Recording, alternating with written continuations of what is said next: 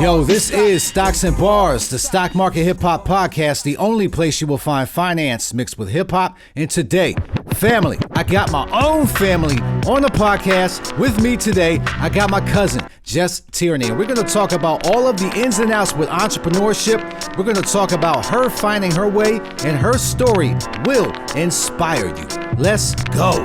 I got my clique ready to use the money they got from jobs and courage and teaching them that it's not so hard. I'm doing this, making investing pop. You law, it's X-tro. You tuning in to Stocks and Bars. This is Stocks and Bars, the stock market hip hop podcast, the only place we will find finance mixed with hip hop. And today, family, when I tell you I have been chasing this person down for over a year, this is no lie. This is 100%. I made it. So I made it. The person that is on my podcast today, let me tell you, I've watched her blossom into the person that she is right now. We used to have conversations at their old house about things that we would like to do. And we always talked about businesses and real estate and all of these good things that real friends and family should be discussing for their growth. And we had these very early on. So fast forward to now, I've watched her turn herself into a mogul. And when I say this, I am not lying to you either. I've wanted to have her on my podcast for so long because I wanted to show her that I love her and I appreciate her. And I just want people to know that within their own family, within their own circle, they have somebody that they can reach out to that is at a level that they can learn from. And I'm learning from her as she grows. I see her do it on TikTok. I see her personally do it every single time we connect. And family, I want to welcome to my podcast, my cousin, Jes Tierney. Yo, what's going on with you? Happy birthday to you.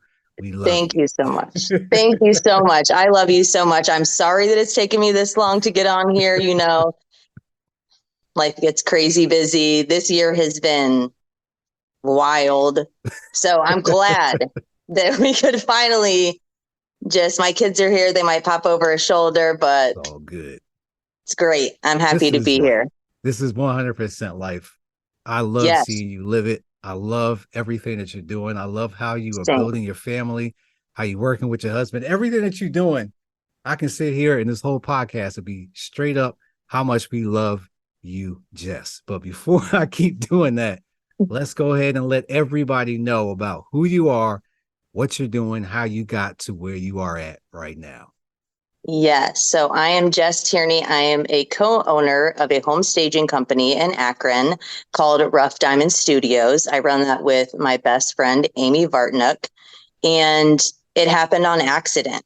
I was not meant for this life. I never thought that I would be my dog. I have a husky. I'm sorry. Stop. Please just wait.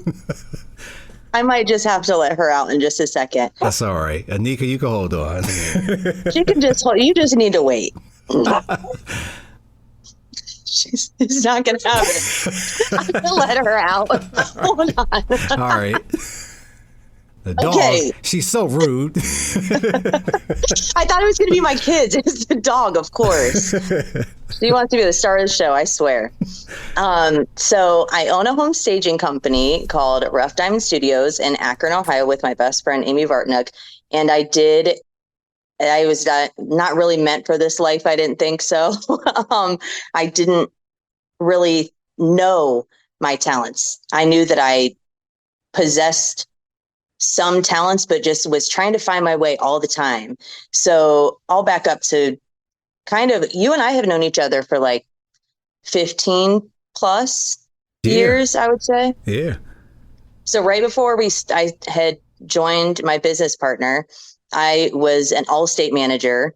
I was managing 2 Allstate, big offices with employees, and it was a lot. The sales were a lot, keeping up, going month to month, and it was always for someone else's dollar. I was always making like this much, and he was making like this much. Right. And I was like grinding.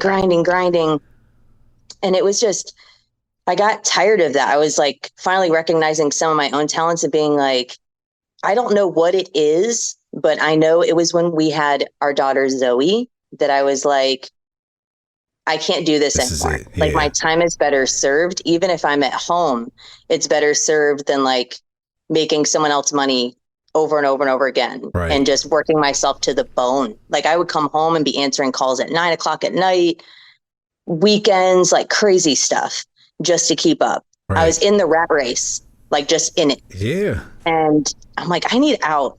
So luckily, Evan, my husband, was like, get out, just let's find something that you want to do. Just stay home with Zoe, do what you need. So I stayed home with her for a little bit, but it was like just not enough. Not that motherhood is not enough, not that being a homemaker is not enough. Yeah. Because it absolutely is for some people. But your wife's my cousin and she is the same way. Like that is great. We love that.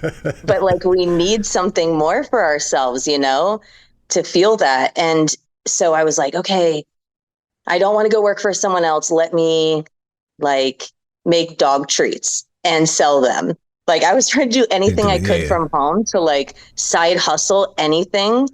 Like I think I did one of the MLMs. Like I sold like Posh, which is like smelly lotions and stuff. Like I was just really trying to like hustle just to like figure out what I liked, try out new things, new experiences. And I feel like that it was good for me to try all those things, right, you know, and to see what I did, what I didn't like, what I was passionate about. So I wasn't passionate about those things though. So they fell off, you know, that's how it is in life. Right. Like a lot of times if those things fall off, it's because you're just not passionate about it and you're not giving it everything you have because you don't want to. Yeah. Yes. So I saw my friend Amy, her and I had went through like grade school together, through high school. We were not friends. We ran in completely opposite crowds. And I just, you know, was acquaintance with her on Facebook and saw her work. I was just following her a lot. And I'm like, I'm just going to reach out to her and I'm just going to ask her if she needs office help. Yeah. So I'm like, I can just do that from home. I can schedule her appointments, make things easier for her. And she was like, bet, I absolutely need that. Come on. So I joined her. And then within the year, I was staging because I would see things and she would be like, I see that you have an eye. Why don't you come stage with me? Why don't you come D-stage? And I just slowly started doing those things with her. And she was the one. Sometimes it's not you who realizes that you have a gift. Sometimes it's someone else that sees who it, you don't even realize. You know, it's someone completely unsuspecting who's like, you've got something here. Come on. Yeah. And she pulled me along and was like, I knew color theory, like something as crazy as color theory, which I use every day in design. I know color theory, but because of fashion, not because of interior design. Yeah. But design is design is design. And so it took someone like Amy to like pass along those like little tidbits of wisdom and pull those things out of me that I didn't know and give me confidence to be like, that looks great. Stop touching it. Come on.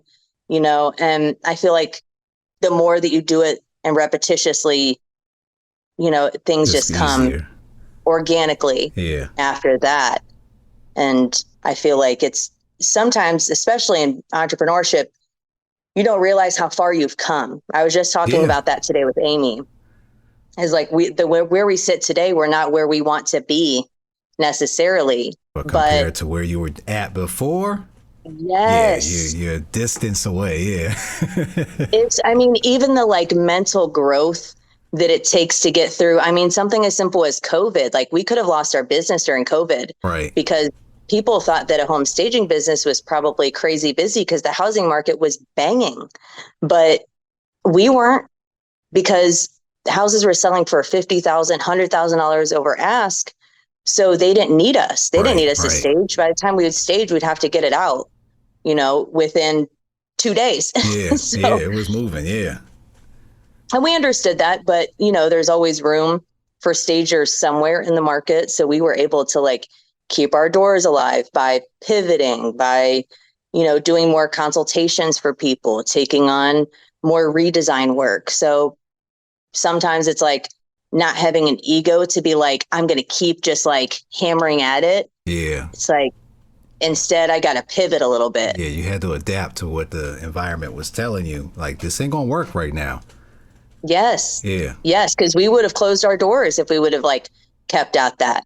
Right. Or thinking that you have to do things that other businesses are doing that are like yours. Like in home staging, it's a very new field. Like there are not a ton of home staging companies out there. So people do things very differently, but it's easy to get caught up in that, like, oh, well, this person has a box truck with their name on the side. Fancy. Yeah, so I need to do that. Yeah. Then you follow and then like, nah, that costs a lot. No, I don't. No, I don't. That costs a lot of money. Just to flex and the thing is, during COVID, else. Yes, during COVID, if we would have had that truck, we would have had extra costs. We would have, had maintenance. We wouldn't have been able to afford it. That could have put our business under too. So business gets hard sometimes. You just got to keep pivoting through it and work your way out. And I feel like we finally got out of that and we're seeing the light, which feels good. Yeah, I want to bring it back to a point that you brought up about seeing somebody else seeing a light in you, because you were lost in some aspects where you didn't know exactly what you wanted to do, but you knew you wanted to do something, and you were able to connect with somebody who was actually able to connect you with what you were good at. And then also shout out to your husband for being able to have the opportunity to put you in a position to even have that opportunity to say 1,000,000%. Yeah, to say, hey, you know what, fall back, find you, and we got you no matter what. And then part it's him believing in me too. Yeah. Him knowing that like there's something there, but she needs to find it, you know? Yeah. And a lot of times people run into this where they don't see themselves, you get drowned out, because in the rat race that you talked about, a lot of people just continually play in it. And once they get out of it, they get lost. They have no idea what to do anymore. They lost themselves. They just got used to being in a company and being part of the cog in the wheel. And once they're no longer the cog, it's like, wait, this is different, and that's difficult. So it is. I want you to highlight a couple of things for me. What was the biggest transition that you had to make? Because when you made that decision that I'm not going to run these offices anymore, I'm going to be an entrepreneur. What was the biggest thing that you learned up to date when you made that transition? Oh, I would say to let my ego go. Ego. Okay. Mm-hmm. I would say to let my ego go. He was like, hold up, I'm Jes. Like know that you have, like, be confident, but let your ego go to where like you don't care anymore. Because sometimes ego can even lead to those things where other people's thoughts are controlling how you see yourself. That can be part of ego too. Yeah. So I feel like being able to be confident in myself and not have an ego to let things drive our business one way or another was super helpful. Giving myself grace, not being so hard on myself. That's a tough one. That's a tough one right there. I'm still working on that. You probably know me very well. And I'm probably my own worst critic. This is, everybody suffers with this. This is why I'm glad you brought this up. A lot of people don't understand how to get that monkey off their back, that you don't have to be perfect. You just need to keep moving. No. That's it. And it's something new, even like our kids are the best example of this. Like Chloe just went to preschool, a new preschool for the first day, and she was scared because it was new. Right. New things are scary, but you just have to grit, I guess, is another one. You have to have the grit to just keep going, because there are going to be hard days, but you have to like let your passion and your grit know that you just need to keep getting up and doing it again, because no one else is going to do it for you. Right. I don't have a boss who's like, you need to be here, you're fired. It's me. It's Amy. That's it, So I think that it definitely has a lot to do with it too. All right. Having passion for what you do Passion has for to your come paycheck. into play. Yeah. Yeah, I want to bring up something else here, right? So you mentioned that you were looking for yourself. So that obviously means that you knew there was a spark there. So I want you to highlight, your upbringing. What do you know from growing up that you can remember like, hey, this might actually be something that I can actually take advantage of in the future. So let's go back into the time machine and let's talk about young Jess. What was young Jess thinking Yeah. about? I loved fashion. I loved trends. I loved keeping up. I was always watching music videos. I was always just like, TRL was the thing at the time. Right. You just had to like stay on the up and up, right? So I feel like that was like a definite strength. And I liked people. So I feel like entrepreneurship and in sales and entrepreneurship, you have to like people really to make it Yeah, you work. do. This you ain't getting You're around going to that. deal with Yeah, people you don't yeah. want to, or you have to have someone who likes to. Like Amy, she may not like to deal with people a lot, She likes to stay at home. She likes to be quiet, I'm more the like wild The one yin and and I love yang. Yeah, people. So you need like a little yin and yang situation, absolutely, to balance you out.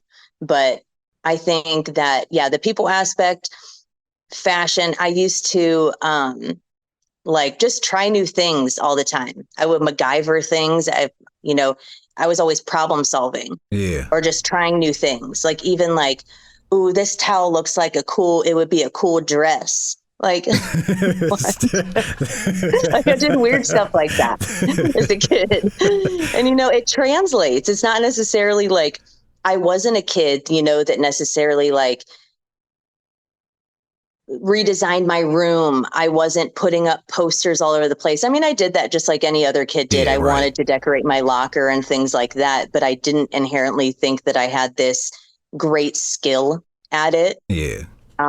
Because it came in different forms. Like being an entrepreneur, it's good to be skilled at different things, and different entrepreneurs have different strengths. And I just feel like some of my strengths are just in different spots. Like I absolutely do not like math. I need an accountant. I don't count me out. I don't want anything to do with that. But peopling and designing, I'm good.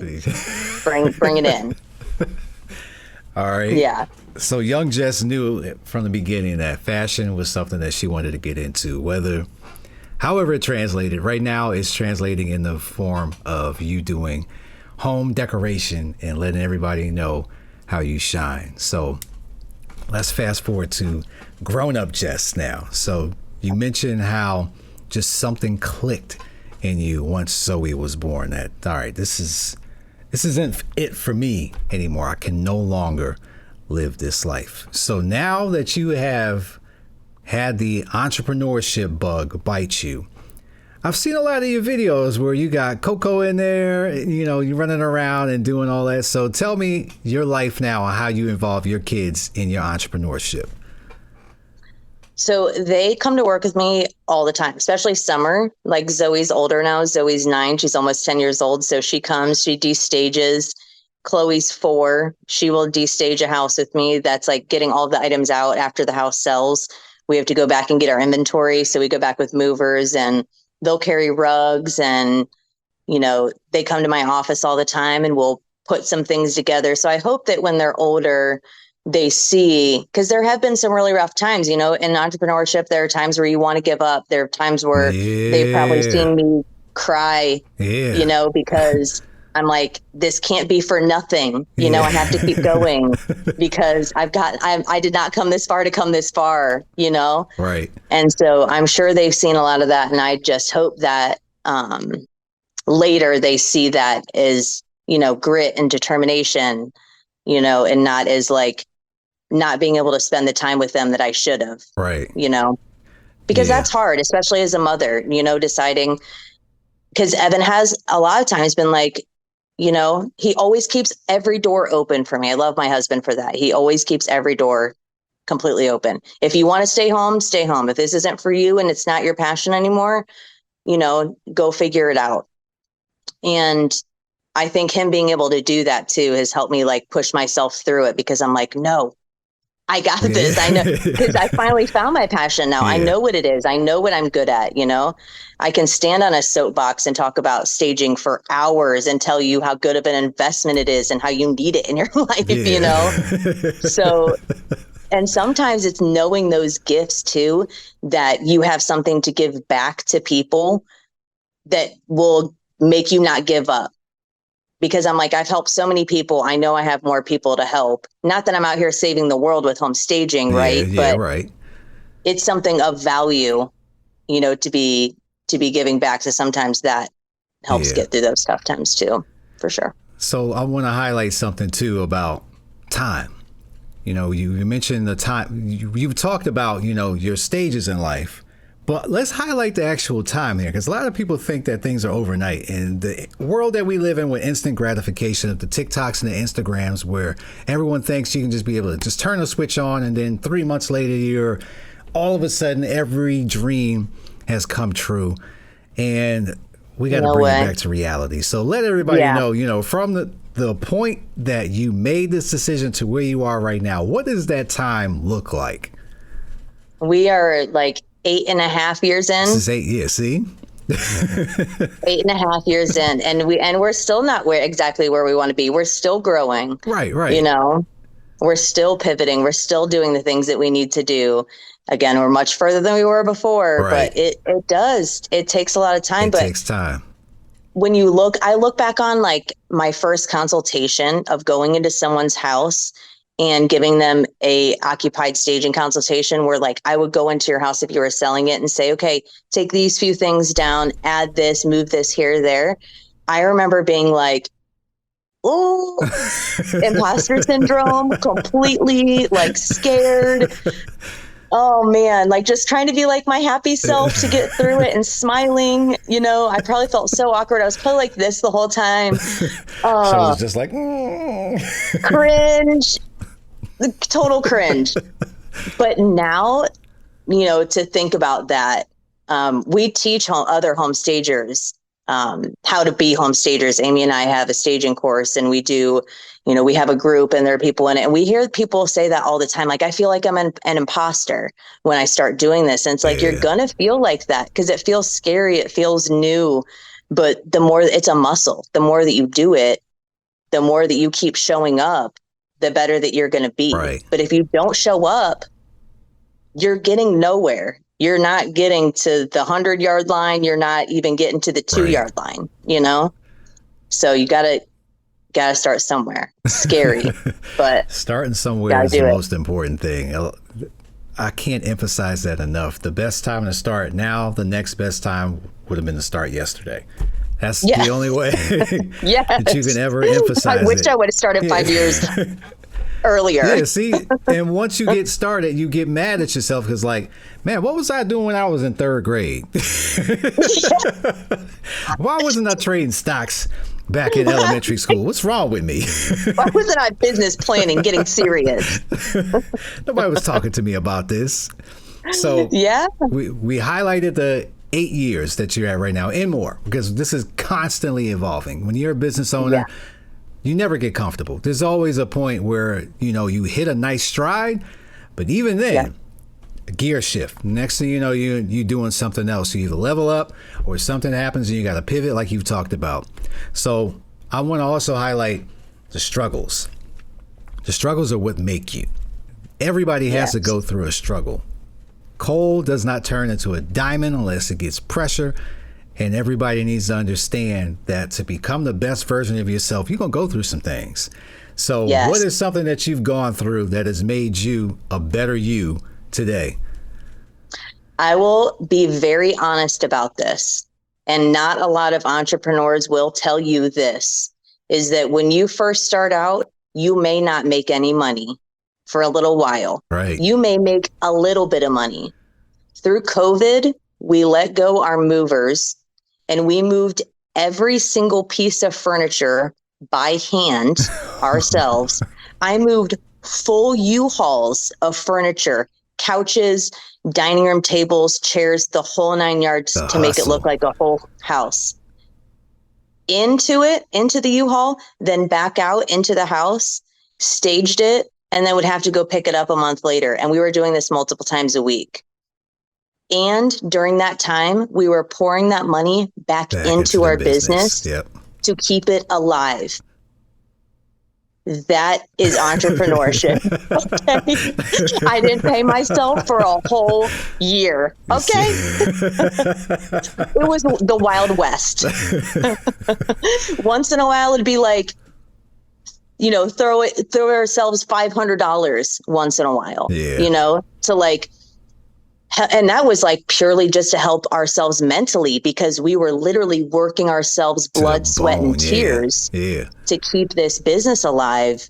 And so, at Christmas time, it's like, maybe pay ourselves $500 to make it worth it, That grit and determination of that year, I really think made us who we were in our business. Right. We laughed, we cried, cried together because, at some point you just have to be like, are we crazy? Yes, we are. We are absolutely insane. Entrepreneurship is not for everybody. It is not. No, you have to be a little crazy. You do. You have to be a little bit crazy. You do. And you have to have extreme confidence in yourself. There's a lot of things that have to be mixed together to be an entrepreneur. To be a successful entrepreneur is a different story, right? Anybody can be an entrepreneur. You can easily step out and like, I'm not working for so-and-so no more. I'm going to do this myself.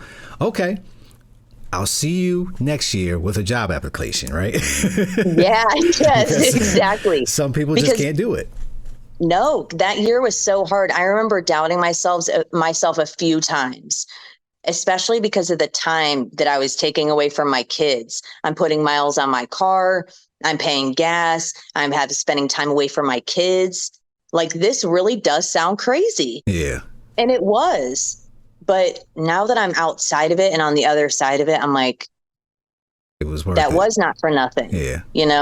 That was hard, but I learned countless lessons that year about myself, about our business, about my life, about patience. We always learning about ourselves. Always. Yes. Forever. I have a theory that most people do not know themselves like in any capacity until at least 30. At least 30. You got to have 30 under the belt to at least know, okay, that's why I do that. Like, these are things that you pick up on, because right now you just kind of go through motions and you're around different circles and you just kind of exist. And then all of a sudden this ecosystem comes around and kids really change your life, right? And you're like, wait a minute. Okay, I got to understand why the heck this happens. And then it clicks. Yep. And all of a sudden, then you start realizing other things about it.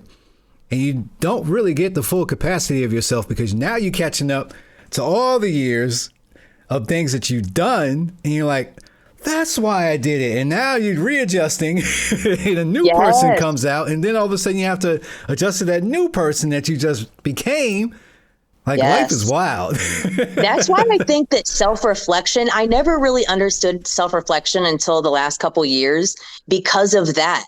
Yeah. Because you grow, you become this new person, and you keep looking back at yourself being like, wow, that was wild. Like, why don't we do that right now? Why don't we do that now so we see and so we can appreciate that stage that we're in now, instead of looking back on it later and being like, that was great. Like, we should probably take celebration in that now once in a while. Yeah. Yes. Yeah. And this is why I do what I do with the podcast too, to help people do that self-reflection. Like, no lie, Jess, every night I self-reflect. Every single night I do an engine check of why, okay, what happened today? What could I be better at? What did I do great at? What did I do not so great at? And how can I improve on that tomorrow? Every night. These are the questions that I ask myself before I go to sleep. And then I come back, hopefully better. I'm not going to sit here and say I don't repeat the same mistakes. Not always. That's a lie. Especially with children. They push your buttons And you'd be like, yes. okay, yesterday, dear Lord, I said I was not going to do that. Well, please help me today. Help me in this time of tribulation. Please, and I will get through. Yes, I have those conversations too. All right, so let's pivot here. All right, so now we're business owners. We're successful. All right, and I want to also highlight, you got a book out there, right? You talked about how you're helping other home stagers and get over that hump. So when it comes to the home staging, what is like a typical, I don't want to say, is it a contract? Like what is like the business model that's typical when it comes to home staging? So I'm looking to sell my home, or I'm a realtor. I get you in, you tell me what. Yeah. So you would just fill out a form on our website saying that you're looking for home staging. I would reach out to you and I would do a walkthrough with you. Especially if you were like a new person, I would meet you there at the house, and we do vacant staging. So it has to be completely empty, nothing in it. And then we would walk through the house and just let them know which houses we would stage. We go back and just put together a quote for them and a proposal and email that over and let them know after we've done the walkthrough, our assessment of what we think would help them sell the house for the most possible money. Because sometimes there are home stagers out there who want to stage the whole house. We live in the Midwest. We live in Ohio. People don't have money like that. We're not staging $4, $5, $8 million houses. We're selling yet. This is the positive show. Yeah. Most of the houses that we do are between 300,000 and 500,000. And sometimes, under down to 100,000. But those are the ones that we can help the most, honestly. And those are the ones who need it, really, because it's helping the people that are living in our neighborhoods that are, we're helping the neighborhoods, have, just higher equity. We're just helping everyone. We're helping the homeowner makes more money. We make money. The realtor looks good and has a portfolio. We have a portfolio. So home staging just works out for everyone. Yeah. Yes, it's a win-win-win. But sometimes people like to stage the whole house, but our walkthroughs are so that way we can decide which rooms we want to stage. We always stage the main ones, like the living room, dining room, and kitchen and baths. But sometimes you need to explain a weird room, or sometimes if there's like a really nice bedroom, you want to showcase it. Yeah. Like people, you should see some of the crazy houses that we go into where you're like, if I walk into it and I'm like, I don't even know what this room is, you're staging that room. Because if I don't know what it is, definitely the people who come in here won't know what it is either. We've seen some weird stuff. So yeah, we just let people know which rooms to stage, and we do that within budget. We don't want to stage rooms that we don't think that people are going to get a return on investment, because that doesn't help us as a business either. That doesn't make us look good. So we like to just keep it budget friendly and do what they need that's going to make them a lot of money. That's it for part 1 of this conversation. Make sure that you check out part 2 next week. Tag the show Stocks and Bars. I want to know what challenges you face as an entrepreneur. Tag the show and share. I got my clique ready to use the money they got from jobs, encouraging, teaching them that it's not so hard. I'm doing this, making investing pop. You law, it's X-tro. You tuning in to Stocks and Bars. Stocks and Bars. Stocks and Bars. Stocks and Bars. Stocks.